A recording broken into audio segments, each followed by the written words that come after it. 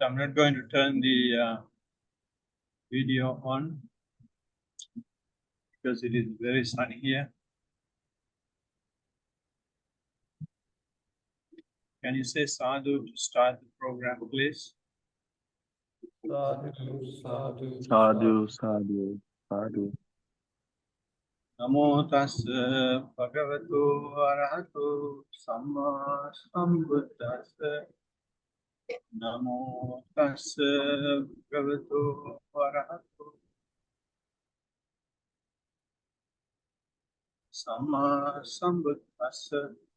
Namo tassa bhagavato arahato samma sambuddhassa. Sayyatapi bhikkhave puruso sarattiko saragavesi sara pariyesana charamano tinnang putaring adaya vanang pavisaya. So tatta pasaya mahantang kadalikandang ujungnavang akkukajatakang tamena mule jinneya mule jetva agga jinneya agga jetva patta jinne vinibujjaya so tatta patta vatting vinibujjanto pegguvasi nadi gacchaya kuto sara. Sadhu, sadhu, sadhu. Dear friends in the Dhamma, we have practiced for 1.5 hours again as part of our weekly mindfulness workshop. And then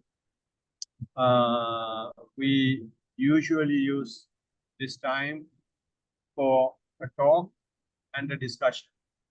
So the particular paragraph, particular stanza that I just chanted is, as you all know, from the discourse that we have been discussing for quite a long time now, which is the Pena Pindukama Sutta, the meaning of which is Phayam Sutta. So the meaning of the section I just chanted is the Blessed One is saying, suppose bhikkhus, that a man needing heartwood, seeking heartwood, wandering in search of heart, would take a sharp axe and enter a forest. There he would see the trunk of a large plantain tree, straight, fresh, without a fruit but core. He would cut it down at the root, out of the ground, and unroll the coil. As he unrolls the coil, he would not find even softwood, let alone hardwood. A man with a good sight would inspect it, ponder it, and carefully investigate it. And it would appear to him to be void, hollow, insubstantial. For what substance could there be in the trunk of a plantain tree? So too, bhikkhus, whatever kind of volitional formations that there are, whether past, future, or present, internal or external, gross or subtle, inferior, superior, far or near, a bhikkhu inspects them, ponders them, carefully investigates them, and he investigates them. As he investigates them, they appear to him to be void, hollow, insubstantial. So what substance could there be in volitional formation? That's the meaning of the stanza, Pali stanza I just chanted. And we started this topic last week. And in the discussion, we tried to understand the basic, the fundamentals of the formations of volitions. We basically try to understand three main meaning, or rather four main meanings it had. It has a wide range. The first one is, says, Sankhara means the ability to function. And then there is another meaning, which is supportive factor for existence. And then another meaning, editing, and then makeup. So these are the meanings. So, and also it says, finally, not only, there are four, and the last one is the condition thing. So in this manner, there is a huge range to understand Sankhara. So far as this word is concerned, it is not just confined to one meaning. And then we also try to realize how engrossed we are in Sankhara. Every time, everybody, every institution, every system is trying to do something. And by trying to do something, they will try to keep things functioning and support the existence, and then make things different and make things try to make things not change. And so somehow by making amendments, they try to maintain whatever people think that they will be able to do. So therefore, the entire world is involved in doing some sort of a thing. And by trying to do something intentionally, and that becomes the core of the meaning of Sankhara. In any of these things, in ability to function, or in supportive factor for existence, or in makeup, or in condition thing, the fundamental thing that lies in Sankhara, in mental formation, is the intentional involvement. So when I say intentional involvement, it has basically four things that we usually do. They are, we always, when we involve in intentional activities, we will have to choose. Say, for example, when we are practicing, also we will have to choose. We will have to choose whether we are doing walking mindfulness or sitting mindfulness. And if you are doing walking mindfulness, then you will have to see, you will have to choose whether you walk on the lawn or whether you walk on the carpet. So a lot of choices we'll have to make. So making such choices is having Sankhara effect, mental formation effect. So one function of Sankhara is make people to choose things. And this is what we do all the time. We try to sometimes choose things to satisfy our eyes. And some other times we choose things to satisfy our body. Some other times we try to satisfy our mind. And some other times we try to satisfy other faculties, other sense faculties. So this choosing is such a fundamental thing in the human existence. It's such a fundamental thing in the functions of Sankhara, in intention involvement. And also another function of Sankhara is that you will have to decide things. When you choose, you can't just choose and stop there, right? Say, for example, when you go to say a buffet table or buffet lunch, then there are so many things that you can pick from, right? So you choose that this is good and this is good and this is, and once you choose it, just choosing won't do. You will have to ensure that chosen thing takes effect and the chosen thing has been actioned, and that is another function of the sankhara, which we call making decisions. So when we live, making decisions is again a very essential and very fundamental thing. So what it does is we are continuously involved, or we are compelled to continuously involve in the mental activities or in the mental formation, in the internal intentional activities. So in that way, we continue the ability to function, and in that way, we support the existence. In that way, we edit things, we make up things, and in that way, we do condition things. There are certain things, and that thing has been conditioned by making decisions. And similarly, the judgment, there are certain things happening, and when things are happening, we say, okay, this is good, this is bad.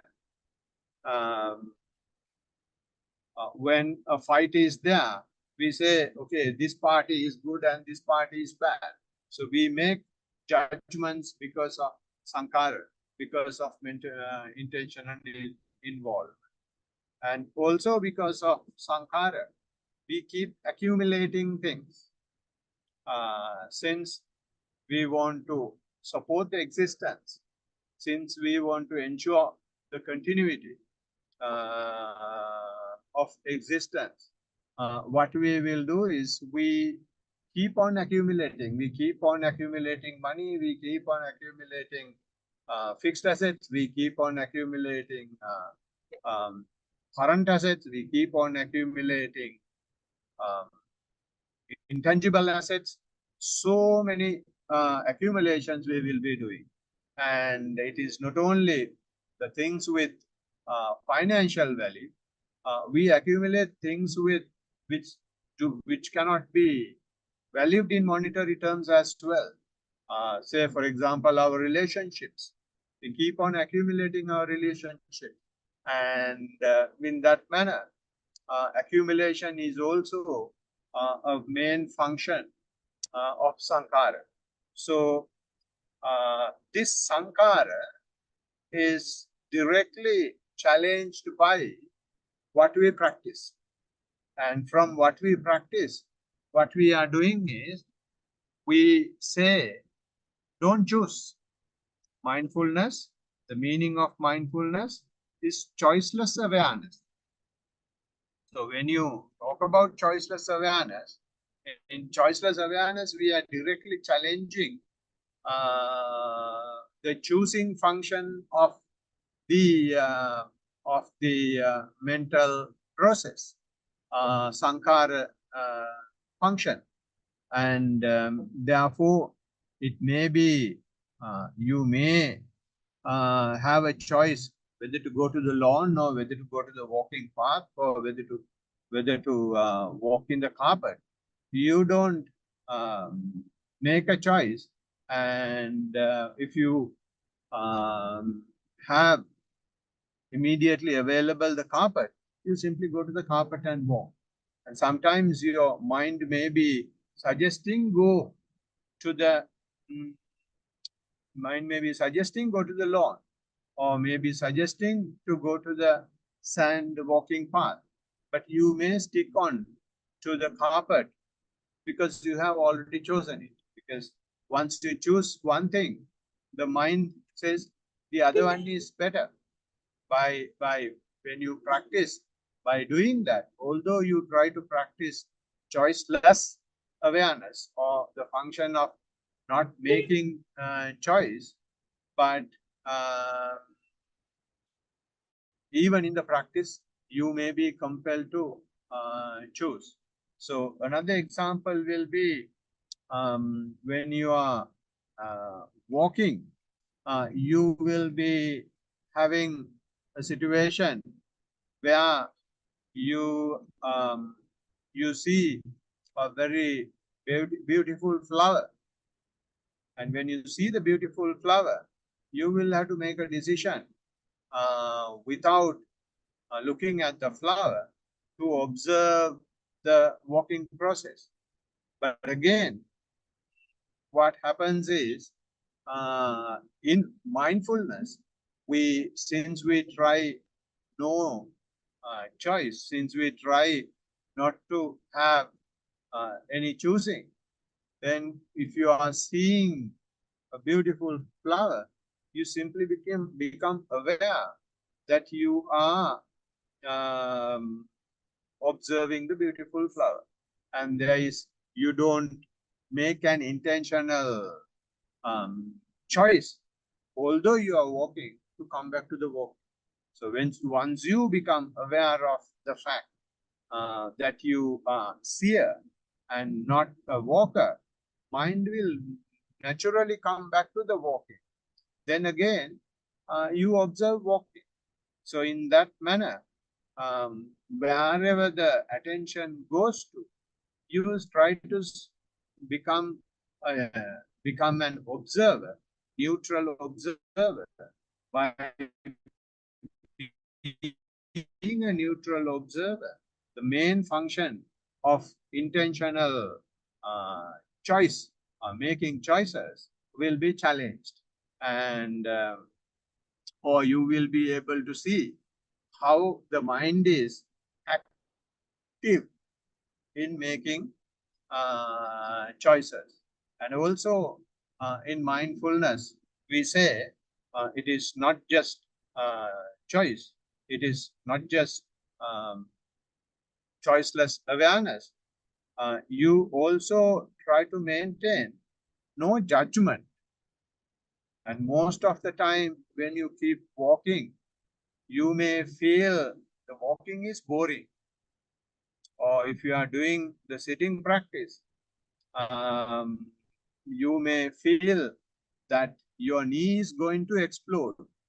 So when such a thing happens, you will have to make a choice, not only just a choice, you will have to judge being here is good or changing the posture is better, because leg is going to explode, and you may be sick, you may be, the leg may be numb, or you may be limping after the walking session or the sitting session.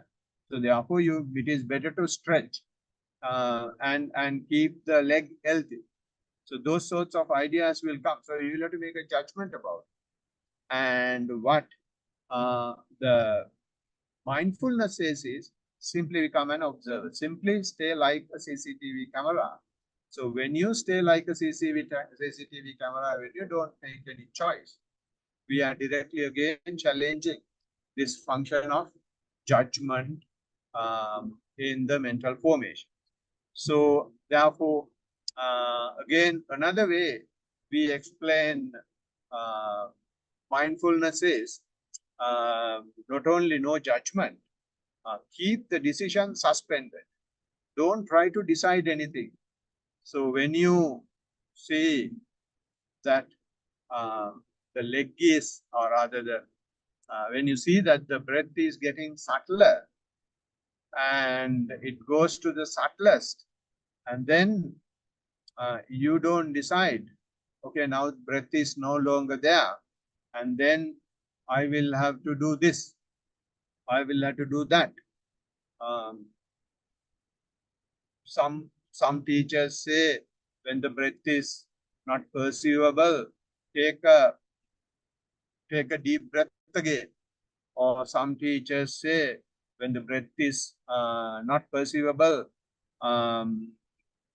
try to recollect the 32 foul parts of the body.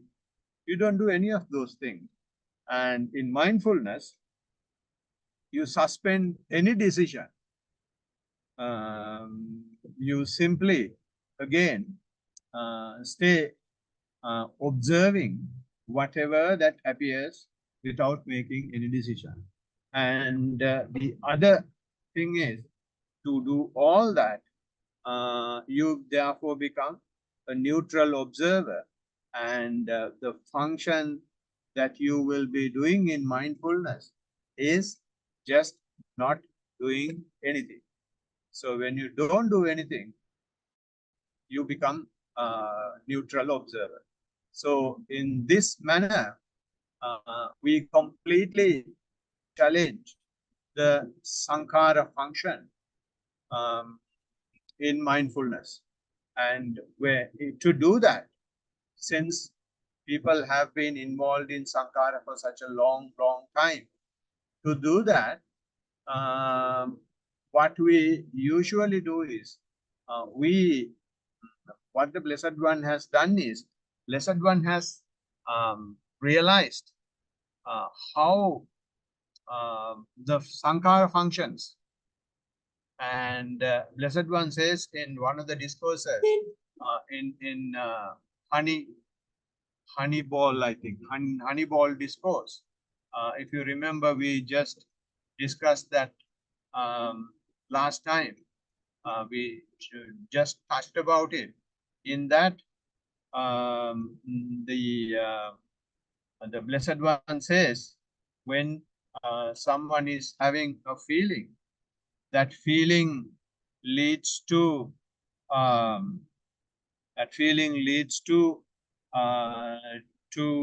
perception, to perceive.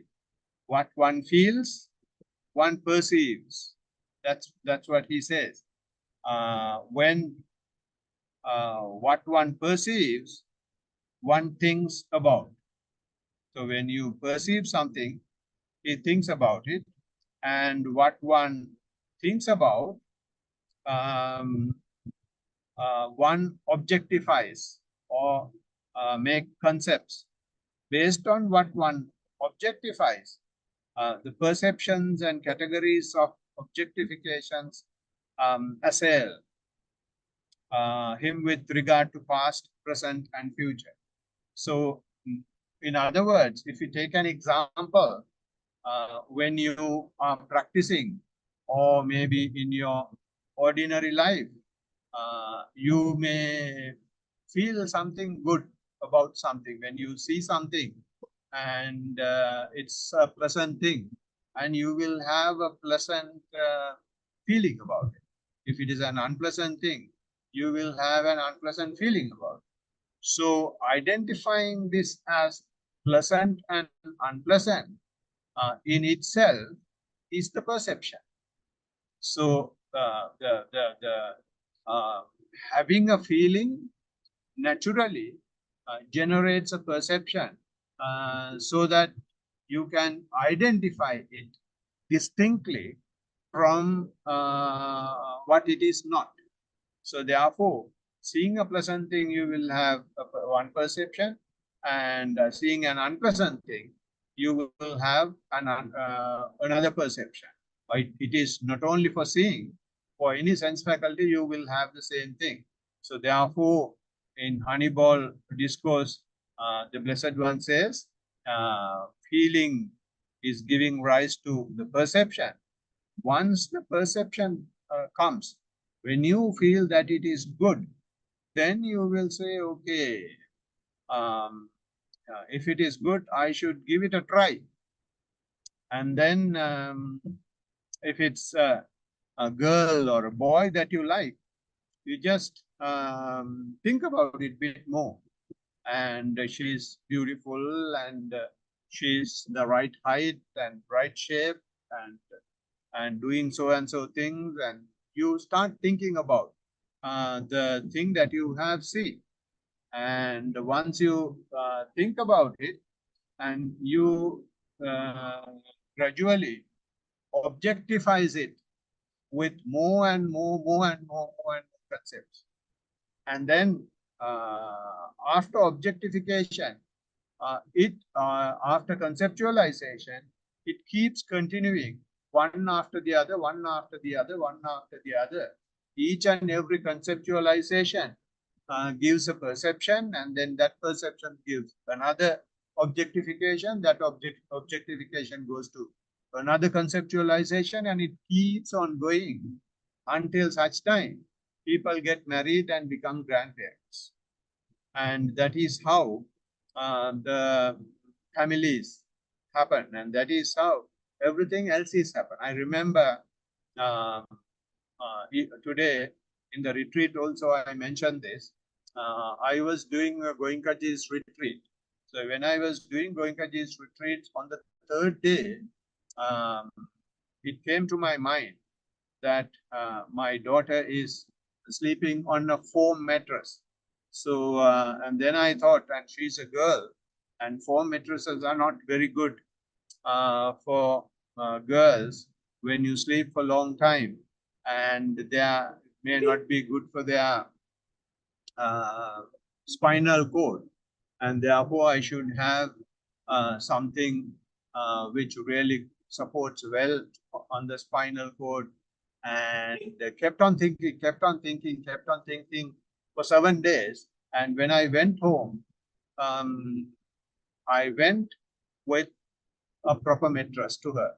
And to that extent, this feeling, perception, objectification, conceptualization is happening. And again, in Goenkaji's retreat, when I went to Pomona, that's a place in Brisbane, or rather in Queensland, and I met a guy who is a writer, and he said, "I'm writing a book, another book again, and it is having about 17 chapters, and one of the chapter is not complete yet, and I don't get that chapter very well." Then I said, okay. And then the program started. And on the 10th day, when we were allowed to talk, he said, I completed the chapter. Then I asked him, didn't you do the retreat? He said, no, I was practicing. But in the practice, I completed the chapter. So this is what people do. This is what happened to people, not rather people do. They don't do it purposely. And this naturally happened. He has had this thought of the chapter, and then one after the other, one after the other, one after the other, thoughts are coming, conceptualization is happening, and you can write books, you can write series, you can write Harry Potter. That becomes the bestseller in the world. So all that is happening because of this conceptualization. So in this conceptualization, the main activator is having mental formation. How the mental formations happens is this entire process is not mental yet. The formation, the volition is happening initially, having after perception. You think about it. Thinks about it means it is, although it is using the word think, the Pali term that is used is vitakka. Vitakka means you have an internal chatter. You in a very subtle way verbalize it. So verbalization is the subtle verbalization is the main starting point of sankhara. So once you have the subtle verbalization, and that verbalization keeps on rolling, and that has the snowball effect to activate the mind, and then to make it physical as well. So therefore, in volitions are usually happening. We say it is mental, verbal, and physical, but actually, how it happens is verbal, physical, mental, or verbal, mental, physical. So in that manner, the mental volitions are happening, and that is exactly what is shown in this Honeyball discourse. This subtle verbalization goes on, and then the mental formation gets established, and after that, people go on holidays, and people do so many things after that, because after that only it it goes on to what you call physical level, physical layer. And we do exactly the same thing in our practice as well. I should be able to remember, especially in my what do you call basic instructions. We use the same pattern. We also use mental volition. We use the formations. We use sankhara. How we use sankhara is walking in itself is a sankhara. Doing anything is a sankhara. So what we do is we at the very beginning, for the beginners, we say when you walk, you label your walking. We tell them when the right foot is moving, you label it as right, right, right. And when the left is going, you label it as left, left, left. So in this manner, in being mindful as well, we are using labeling. And by using labeling, what we do is we use verbal volitional activities to bring the mind to the physical activity we are doing. So therefore, in usual living as well, it starts with verbalization. And in practice as well, we start with verbalization. So sankhara therefore can be used or is used or is happening to continue the samsara, and to discontinue the samsara, to curtail the samsara. Also, we are starting with the very same thing. So therefore, Buddha is not exporting anything new from any other planet.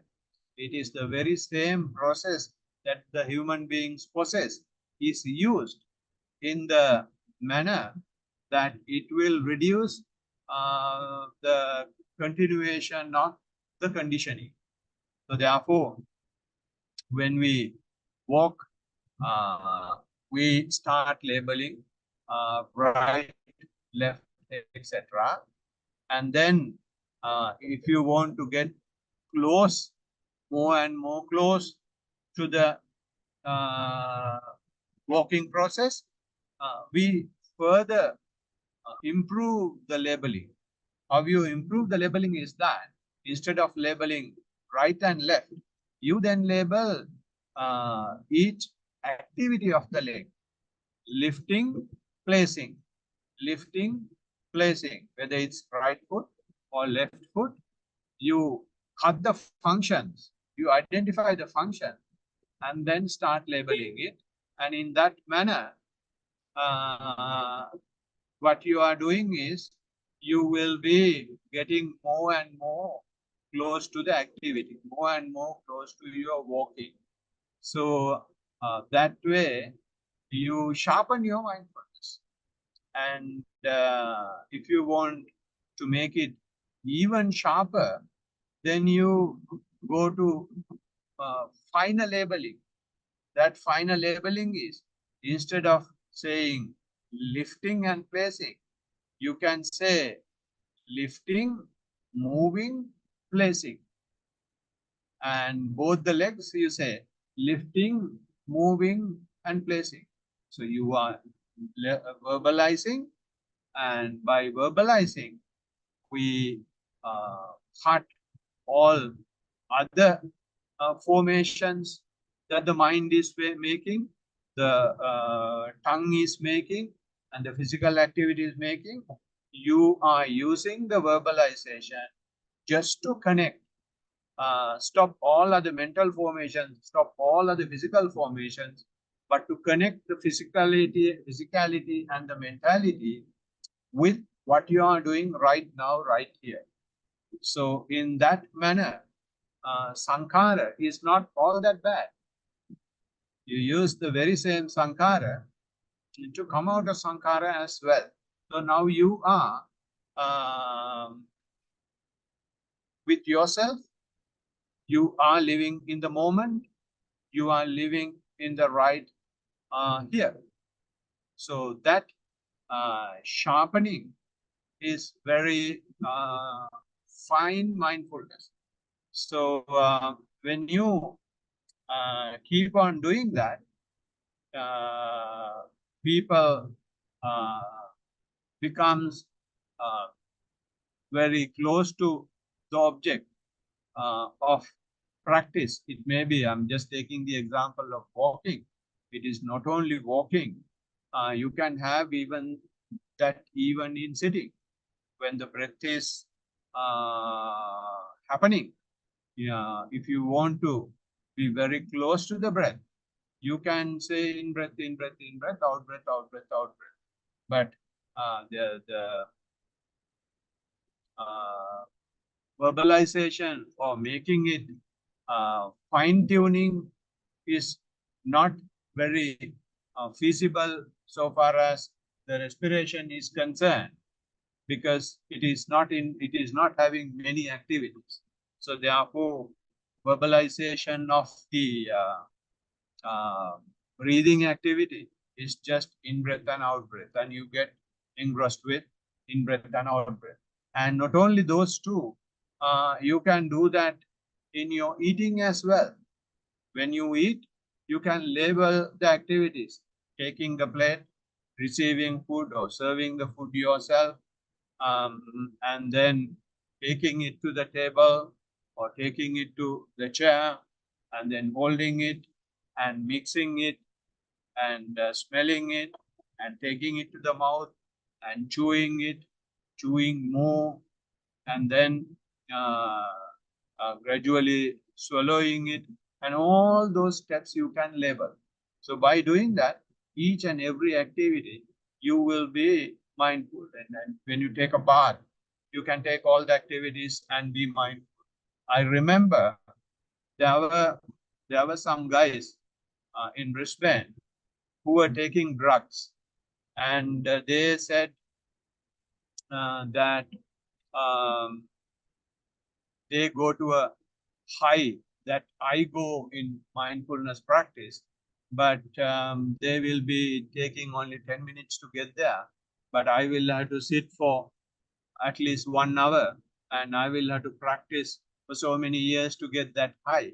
So they are doing it very quick. I said, that's all right.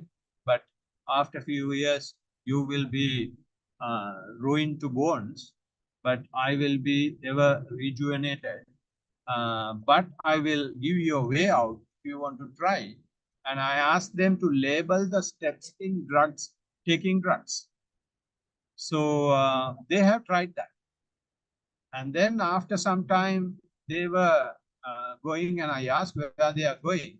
And they said they are going to meditate. I asked what happened? What happened to the thing that you are doing earlier? Then they said, when you label it and when you try to take drugs mindfully, you lose the interest and taste of it. So that is the power of labeling.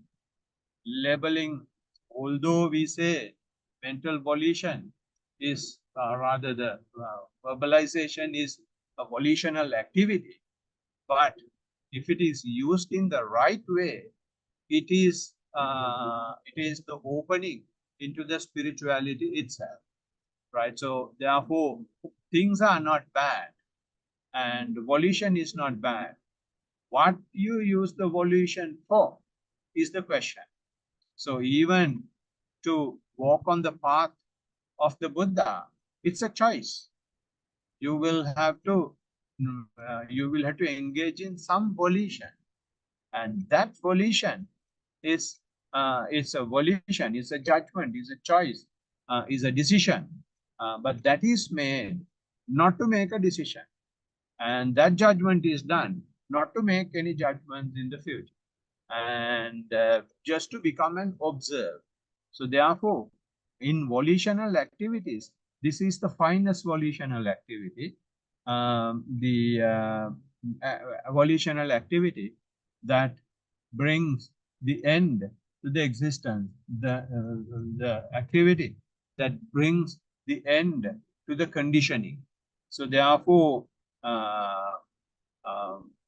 Lord Buddha has mentioned, if I am right, that Eightfold Noble Path is also volition in a very subtle way. And that volition is the least form of volition that we have, because that directly takes you to the nirvana. So therefore, volition, where you use volition is the most important thing. If you use it in the right purpose, then volition will be a servant rather than you become a slave to volition. So if you don't practice, you are a slave to volition. And that volition, according to the chain of conditioning, every time you have a volition, every time you create a consciousness.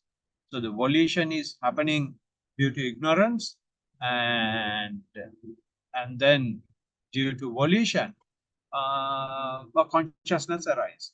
And when the consciousness arises, then there arises the name and form. When the name and form is there, they will have a contact. So when the contact is there, then they will have a feeling. And once you have a feeling, you will have the craving. So in that manner, the conditioning process will continue. So if you use this volitional in the right way, then it will not continue. It will you will choose to observe. By choosing to observe, you will not make any new choice. So in this manner, when we keep labeling and bring our attention to the object, what happens is you completely come out of the sensual world. You will be with your walking, or you will be with your anapanasati, with your breathing mindfulness. So then when you are with your breathing mindfulness, through labeling, you are completely out of the sensual world. It is not only out of the sensual world, you are out of the hindrances as well. So when your attention is with the object, you don't have any sensual lust. You don't have any ill will. You don't have any sloth and torpor. You don't have any agitation and worry. You don't have any skeptical doubts.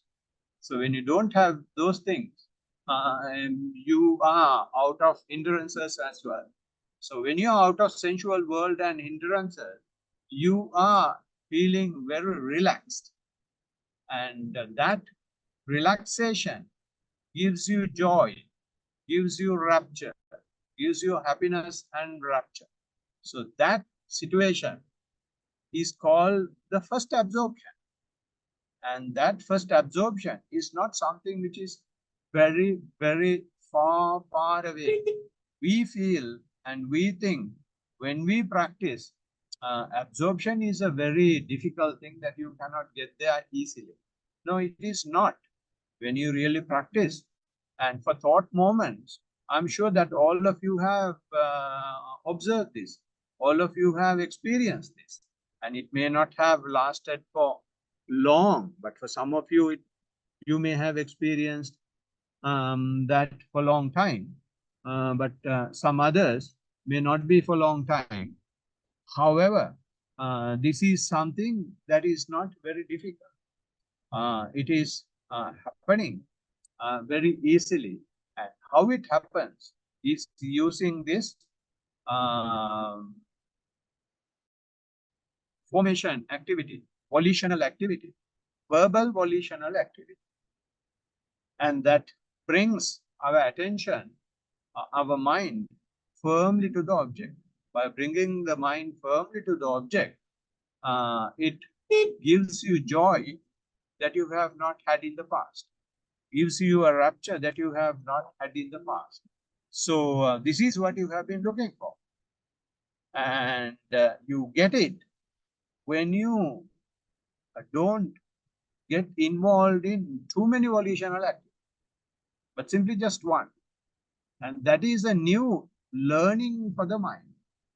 So the mind is using this new learning of renunciating things, of letting go of things, because he was able to let go of uh, other physical volitions, other mental volitions, was using just one volition, which is verbal volition, to the activity that you are simply doing right here, right now.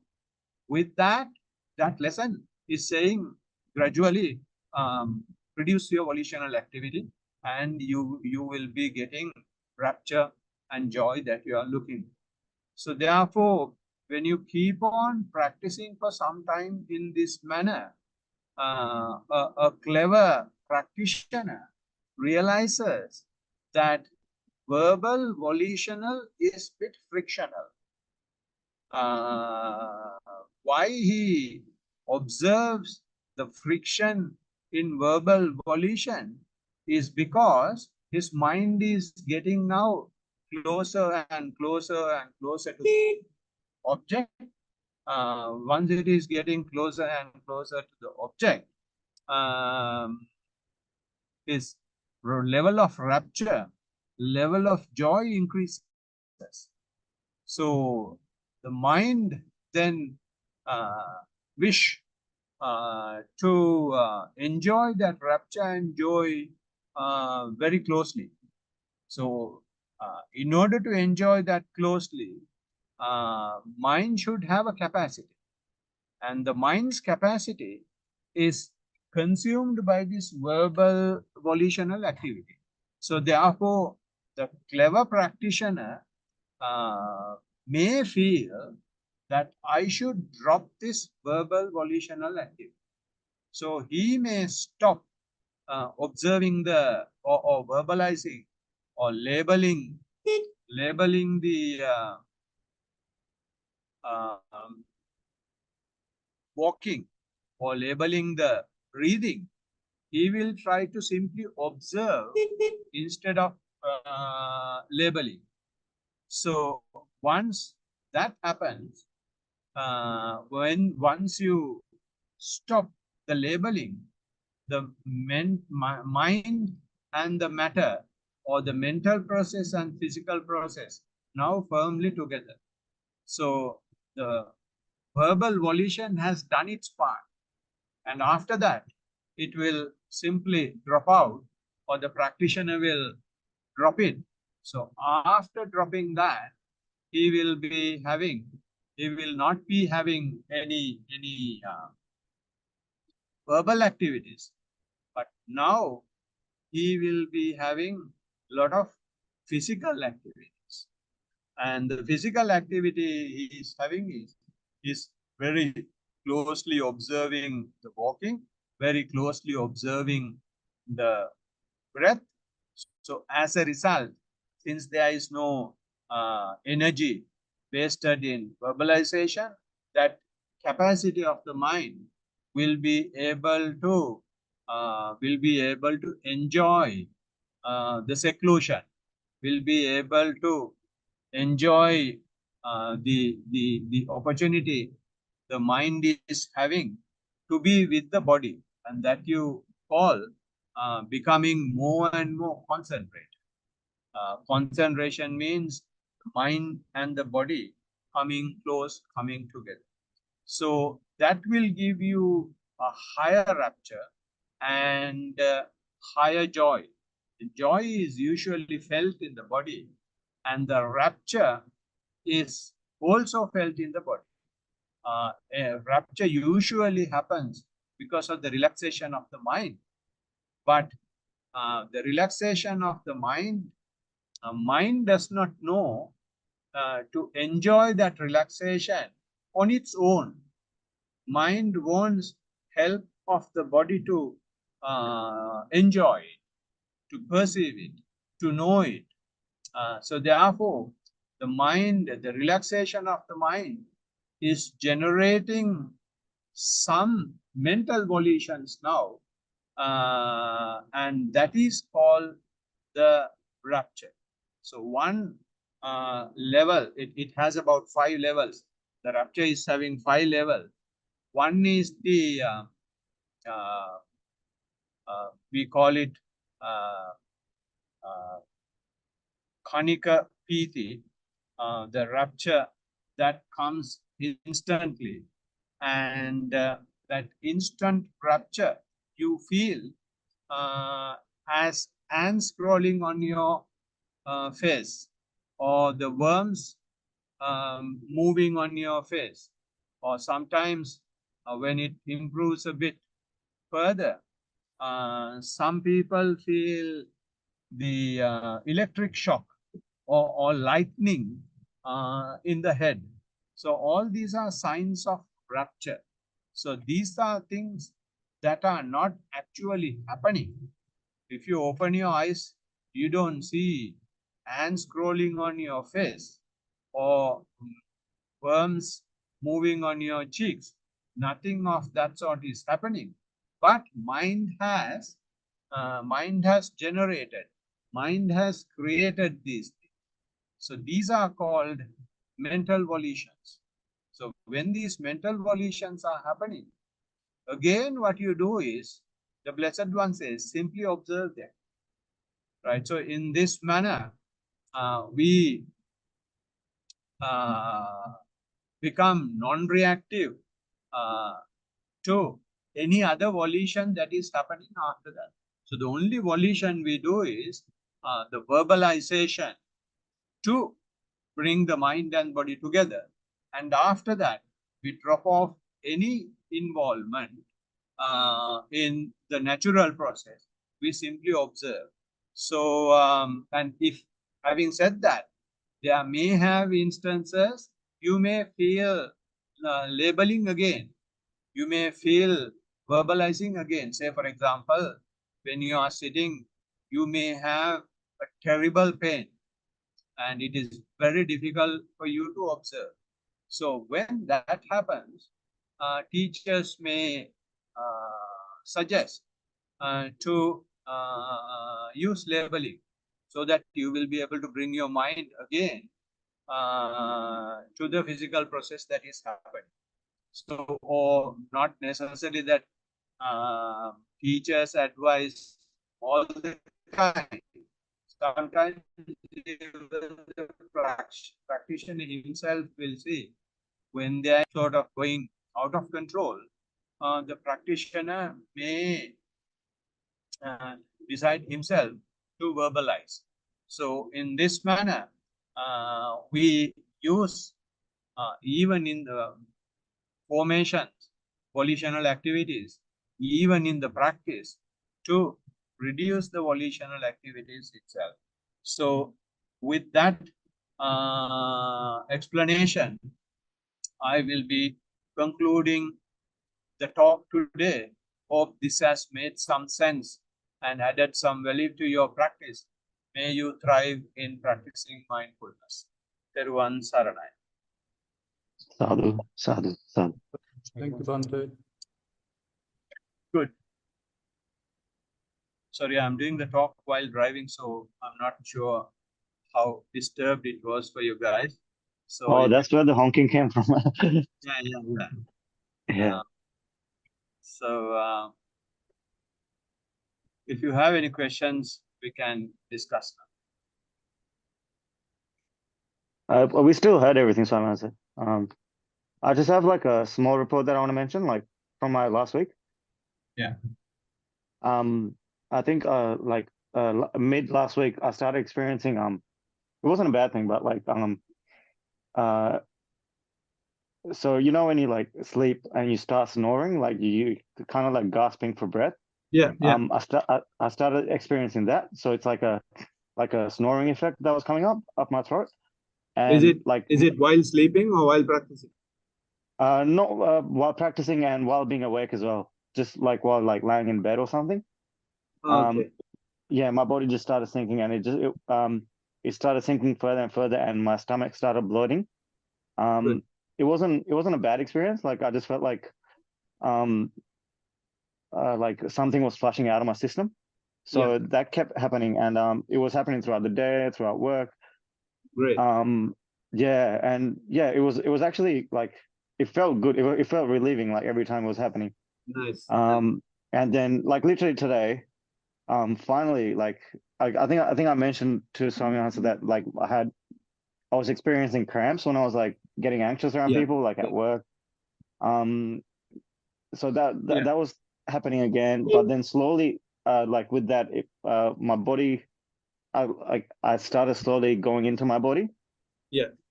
So yeah, that sorry. Yeah. Keep going.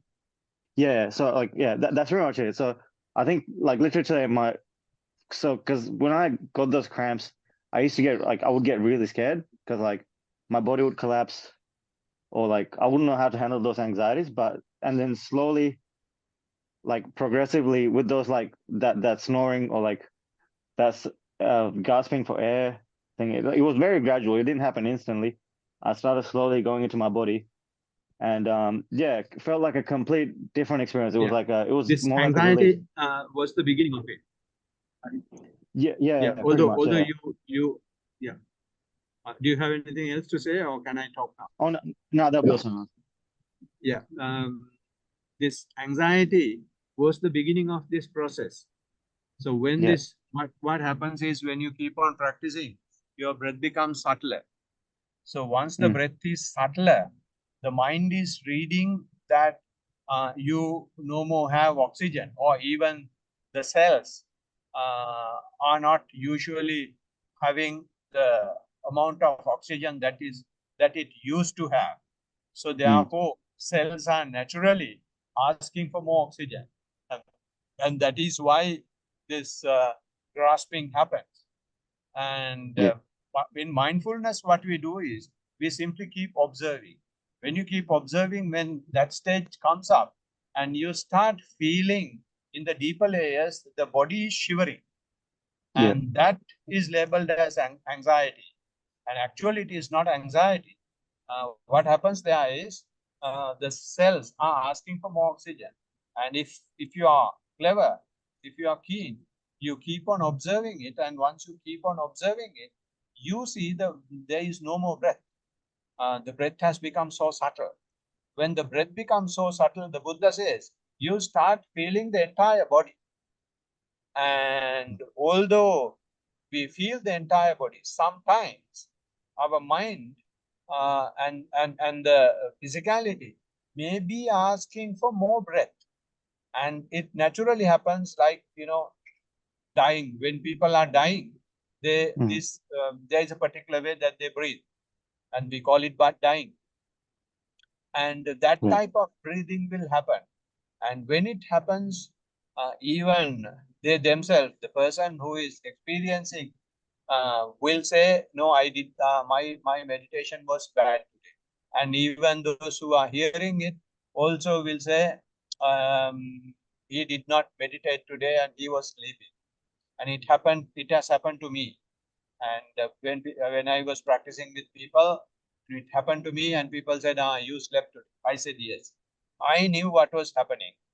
Mm, And since the mindfulness was there, I was simply observing. And there was an instance where in the temple, this happened to one person. And there was a stupid doctor, and he got up and disturbed that person's practice. Doctors think that this is lack of oxygen. The person is going to die. It is not that. Of course, lack of oxygen, but Buddha is training us to face this lack of oxygen situation. Without mm, facing that, we don't move further. So the good thing I heard from you is that you observed it, and you say it was a gradual thing, which means you have been observing it continuously. That is mm, what has to happen. Then only the mindfulness becomes full awareness, or the clear mm, comprehension is the common term used to it. And when it is continuing in this manner, um, there is nothing to worry. So the mind is now ready to observe things more closely, no matter what happens. So it's nice to hear that you say it's not bad experience; it's a good experience. So it yeah. means Yeah. you 100%. have the positive mindset for what is Mm, happening. Thiruvan Yeah. Saranai. Good on you. Thank Thiruvan Saranai. Yes, Sam. Yes, hello, Bante. I Thiruvan hope you're Saranai. doing well. I somehow I heard that you said something like fiction is bad or things like Harry Potter and stuff. Yeah. Like why is it bad to watch a movie, for example, Harry Potter? Because as a kid, Harry Potter was my favorite movie, and here and sometimes I like to watch movie whether fictional or not fictional. I mean, I don't see it as a bad thing. Yeah. Just wanted to know why is Yeah. Now, when I say that. what I was saying is, it is conceptualization. This Harry Potter uh, is not the reality. It is a concept, a series of concepts that someone has created. So, Right. comparatively, it is out of the reality. So, to Yes. that extent, Come on. to that extent, for a person who is practicing mindfulness, for a person who is trying to live in the moment, watching something like that is taking the mind to a fancy world, taking the Yeah. mind to a dream world. So therefore, it is comparatively not good. Other than that, you don't break any precepts by watching movie. You don't do anything bad. So it has to be taken not solo on its own. It has a relative significance.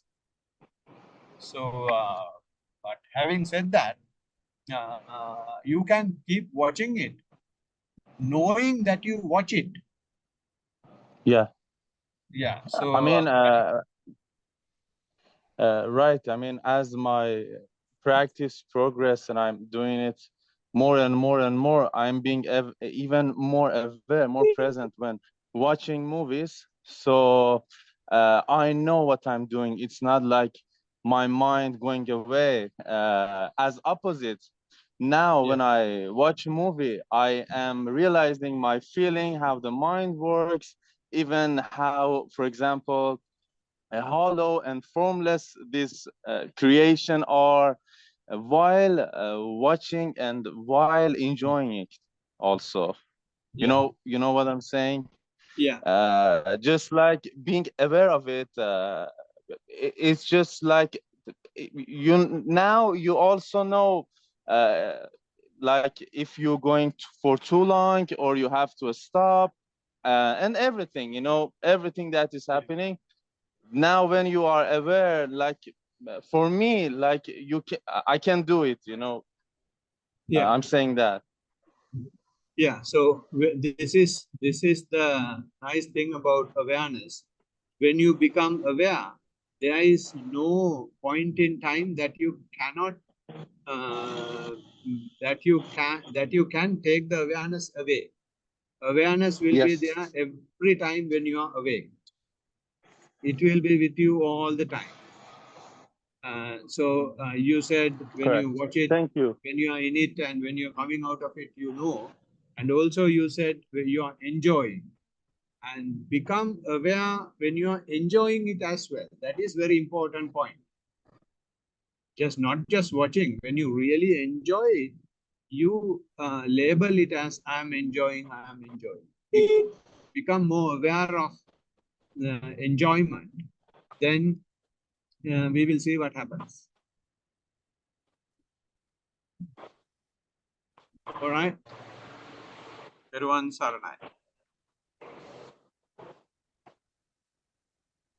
Hello, Bante. Yes.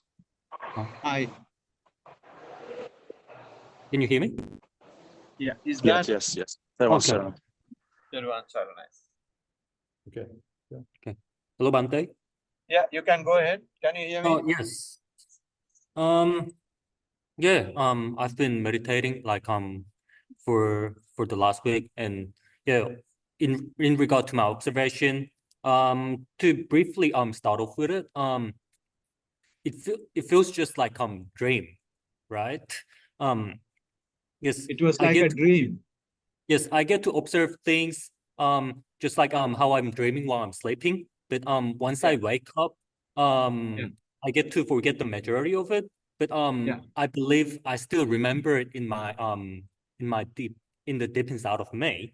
Yeah. And yeah, well, to describe these like um in certain forms, today when I was walking, um yeah, based on the lifestyle I've been having for yeah for the last week, and when I was walking, my observation was telling me, you're still being lazy.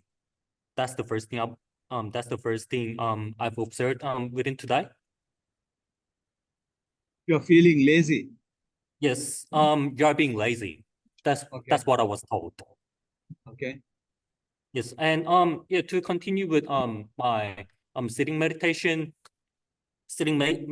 experience, in correlation with my university studies, and what I found was meditation is going in-depth journey, because my university studies and the IT artifacts are pretty much the same way. And yes, in somehow I can't really describe this in words, but yes, I felt I heard something about yeah, meditation levels, like going in depth, like how far you go in deep. Yeah. Yeah. That is what even I'm trying to understand how deep you go in to Yes. understand that you will have to tell me first whether you are able to bring your attention to the leg. Like If you bring your attention to the leg, sorry? yes. Can you bring the attention to the Yeah, I leg? felt numbness. Yes. Felt from the first movement itself, were you feeling numbness, or did it happen after some time? Like after like some time, and Yeah. today, So and okay. yes, Before that, so if that happened after some time, what did happen before that? Before numbness? before yeah, like I thought about like in-depth Not meditation. thought. No, not Yes. thought. Not Mhm. thought. What you observed. What actually you observed. When you, if you bring your attention to the leg, and you said after some time you started feeling numbness. I accept that. But I want to Yes. now find out, before feeling numbness, did you have your attention to the leg? If yes, what did you observe? Anyway, I don't want an answer now. I know your practice is going well. Okay. But in that practice, mainly it is going into the more and more concentrated side. So for that concentration, we will have to introduce mindfulness. To introduce mindfulness, you will have to start getting more observations.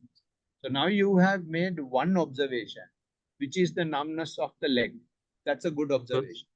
Now, the next challenge you have is see what you feel before numbness, and see how long it takes to come to this numbness level. And during the period from the start to numbness, what sort of things are happening? What sort of observations you are making? Not what you think. What actually happens and you observe is important. So you try in the next week, and we Yes. will have a chat next week, both Okay. walking and sitting. Okay. Bante. All right. Well done. Keep it up. Thanks. Thanks, Bante. Teruvan Saranai. Help us. Teruvan Saranai. All right, Steve, do you have anything or is there anybody else? There was someone here before, but they've just left. I'm all good this week, Bante, I reckon. All right. So then we can chant the stanzas. So I think who did last time? Tanuka? Alex did last week. Alex did. So we will I get can do it this week. Yeah. just give me a second. I will bring it. Oh, yes. Right, over to you, Tanuka. May all of us share this merit which we have thus accumulated for the acquisition of all kinds of happiness and prosperity. May all other beings share this merit which we have thus accumulated for the acquisition of all kinds of happiness and prosperity. May all the beings share this merit which we have thus accumulated for the acquisition of all kinds of happiness and prosperity. May all beings inhabiting space and earth, devas and nagas of mighty power, having shared this merit, long protect the dispensation. May all beings inhabiting space and earth, devas and nagas of mighty power, having shared this merit, long protect the teaching. May all beings inhabiting space and earth, devas and nagas of mighty power, having shared this merit, long protect me and others. If by deed, speech, or thought heedlessly I have done any wrong, forgive, O Master, O Victor, greatly wise. If by deed, speech, or thought heedlessly I have done any wrong, forgive, O Dhamma, to be seen here and now, timeless. If by deed, speech, or thought heedlessly I have done any wrong, forgive, O Sangha, practice well, the incomparable. Let this merit accrue to our departed relatives, and may they be happy. Let this merit accrue to our departed relatives, and may they be happy. Let this merit accrue to our departed relatives, and may they be happy. By the grace of this merit that I have acquired, may I never follow the foolish, but only the wise up to the time I attain Nibbana. By the grace of this merit that I have acquired, may I never follow the foolish, but only the wise up to the time I attain Nibbana. By the grace of this merit that I have acquired, may I never follow the foolish, but only the wise up to the time I attain Nibbana. Sadhu, sadhu, sadhu. Teruvan Saranai. And I hope Sahan will be able to do it next time. Yes, for sure. All right. Teruvan Saranai, everybody. And Yep. Steve, will you be able to hold on for a minute? Yes, not a problem, Bante. Yeah. Teruvan Saranai, Swamiji. Teruvan Saranai, Teruvan Saranai.